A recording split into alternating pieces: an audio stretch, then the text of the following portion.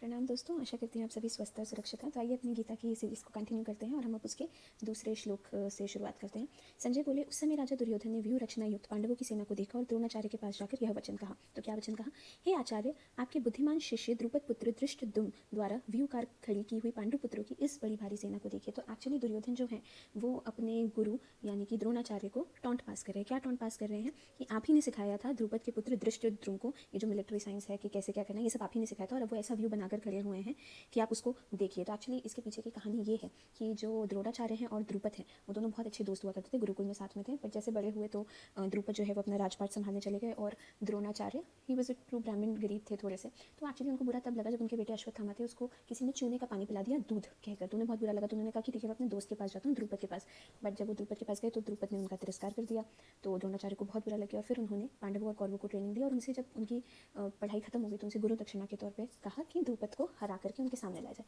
तो कौरव तो नहीं बट पांडव ऐसा कर पाए और वो द्रुपद को जब लाए तो द्रोणाचार्य ने द्रुपद को छोड़ दिया। तो राजा के लिए, क्षत्रिय के लिए बहुत बड़ी बात होती है कि हार करके उनको ऐसे ही छोड़ दिया गया। तो फिर उन्होंने अग्नि से एक पुत्र प्राप्त करा, धृष्टद्युम्न, और उसी अग्नि से द्रौपदी भी आई थी। खैर आगे की कहानी है। तो ये इसका एक्चुअली बैकग्राउंड था। तो दुर्योधन उनको टॉन्ट पास करें कि आप ही ने सिखाया था धृष्टद्युम्न को, और धृष्टद्युम्न ने एक्चुअली शपथ ली थी कि वो द्रोणाचार्य को मारेंगे। द्रोणाचार्य को ये पता था, तब भी उन्होंने सिखाया because he was a true ब्राह्मण, ही वॉज अ जेन्युइन ब्राह्मण। तो उन्होंने उनको ये सिखाया। ठीक है, तो अब हम आगे बढ़ते हैं। बड़े बड़े धनुष वाले तथा युद्ध में भीम और अर्जुन के समान शूरवीर, सात्विक और विराट तथा महारथी राजा द्रुपद, धृष्टकेतु और चैकितान तथा बलवान काशीराज पुरोजित, कंती पूजन मनुष्यों में श्रेष्ठ, शैव्य पराक्रमी युद्धामन्यु तथा बलवान सुभद्रा पुत्र अभिमन्यु एवं द्रौपदी के 5 पुत्र, ये सभी महारथी। तो उनको दिखा रहे हैं कि भैया सामने वाली सेना में देखो कितने सारे लोग हैं। स्पेशली उन्होंने भीम का, Arjun was more powerful than Bhim. But Bhim का नाम पहले क्यों लिया? बिकॉज उनको पता था कि अगर उनको कोई आगे चल के मार सकता है। भीम ने प्रतिज्ञा भी ली थी कि वो जिस जगह पे दुर्योधन ने द्रौपदी को बैठने के लिए कहा था उसी जगह को तोड़ेंगे। वो प्रतिज्ञा भीम ने ली थी। तो उन्होंने भीम का, क्योंकि उनके मन में भीम के प्रति, भीम से डर था, तो उन्होंने भीम का नाम पहले लिया और फिर बाद में अर्जुन वगैरह, मतलब, और ये सब तो फर्स्ट स्टेज वाले एकदम पराक्रमी थे। बाकी जो सेकंड वाले भी थे, द्रुपद, धृष्टकेतु और द्रौपदी के पुत्र अभिमन्यु, ये सब भी कोई कम नहीं थे, ये सब भी बहुत पावरफुल थे। तो हे ब्रह्मा श्रेष्ठ, अपने पक्ष में भी जो प्रधान हैं उनको आप समझ लीजिए। उनकी जानकारी के लिए मेरी सेना के जो जो सेनापति हैं उनको बतलाता हूँ। तो वो बोले कि अब मतलब ऐसा नहीं हो कि भैया इतनी ज़्यादा सामने वाले की तारीफ कर दिया तो यहाँ पे डिमोटिवेट हो जाए। तो सामने वाले को भी थोड़ा सा मोटिवेट, अपनी टीम वालों को भी मोटिवेट करना पड़ेगा। तो बोलते हैं आप द्रोणाचार्य। अच्छा, अब एक्चुअली आप द्रोणाचार्य से शुरुआत क्यों करी? क्योंकि इतना सब उनको बोल दिया था सामने वाले की, इतना अच्छाई बढ़ाई दिखा दी, तो ऐसा ना हो कि इधर वाले सब डिमोटिवेट हो जाए, कि द्रोणाचार्य भी डिमोटिवेट हो जाए। तो आप द्रोणाचार्य शुरुआत करी द्रोणाचार्य से। और पितामह भीष्म की, मतलब ऐसा नहीं हो कि द्रोणाचार्य की तारीफ करते भीष्म पितामह को छोड़ दिया तो बुरा ना मान जाए, तथा कर्ण, क्योंकि पितामह भीष्म कर्ण की नहीं बनती थी तो कर्ण को भी शामिल कर लिया कि ऐसा ना हो कर्ण बुरा मान जाए। तो he was a true diplomat. तो वो वही डिप्लोमेसी वो अपनी इस श्लोक के थ्रू दिखा रहे हैं।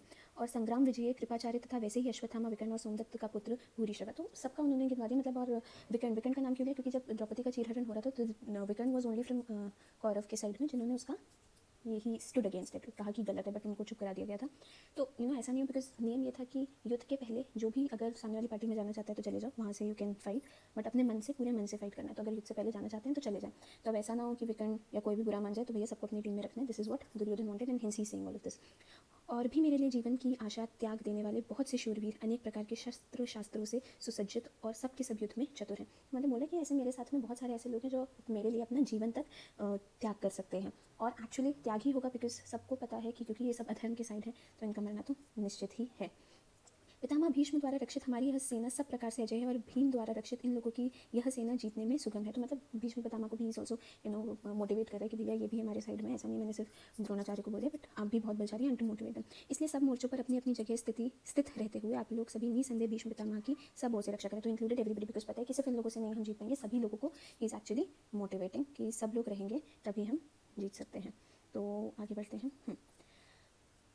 कौरवों में वृद्ध बड़े प्रतापी पितामह भीष्म ने उस दुर्योधन के हृदय में हर्ष उत्पन्न करते हुए उच्च स्वर से सिंह की दहाड़ के समान गरज कर शंख बजाया। तो उन्होंने बिकॉज युद्ध का होता है तो उन्होंने एक शंख बजाया, जिससे भीष्म, ये अपना जो दुर्योधन है, he becomes very excited and कि yes we will win and all. But actually Pitamah Bhishma को भी पता है कि जीतना तो हमारा बिल्कुल मुश्किल है, मतलब हारना ही निश्चित है, बिकॉज सामने ठाकुर है और जहाँ ठाकुर है वहाँ ठोकरें नहीं होती, तो हारना तो कौरवों को ही है। खैर तभी उन्होंने शंख बजा दिया। इसके पश्चात शंख और नगाड़े तथा ढोल, मृदंग और नरसिंह आदि बाजे एक साथ ही बज उठे। उनका वह शब्द बड़ा भयंकर हुआ। तो मतलब बाकी सारी चीज़ें भी, एंड ऐलान हो गया कि हाँ चलो युद्ध स्टार्ट करते हैं।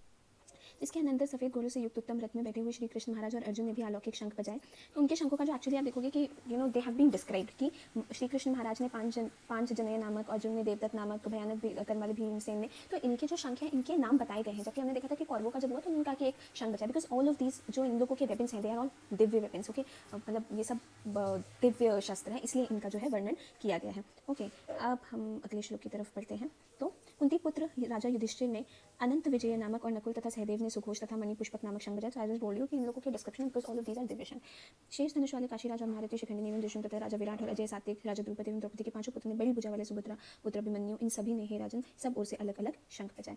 तो अब जो अगला शंख आता है, और उस भयानक शब्द ने आकाश और पृथ्वी को भी गूंजते हुए धात राष्ट्रों के अर्थात आपके पक्ष वालों के हृदय विदीर्ण कर दिए। तो मतलब एक्चुअली जब वहाँ से कौरवों ने शंख बजाए थे तो इधर कुछ नहीं था, इधर शांति थी। जब यहाँ से शंख बजाए तो वहाँ सबके एकदम मतलब सब हिल गए, बिल्कुल दिल बैठ टाइप गए। क्यों? क्योंकि मतलब यहाँ पे भीष्म है, Dronacharya, all of them are very powerful, अकेले लड़ेंगे पूरी सेना को हरा देंगे, पर सामने कौन है? दे नो कि सामने कृष्ण है, और जहाँ कृष्ण है, जहाँ स्वयं भगवान है, वहाँ तो हारना उनके, वहाँ जीतना ही है, वो लोग जीतेंगे ही। तो all of them they know this. खैर, आगे का हम डिस्कशन, अगले we will discuss some important shlokas in the next video. तब तक के लिए bye, take care and thank you for listening.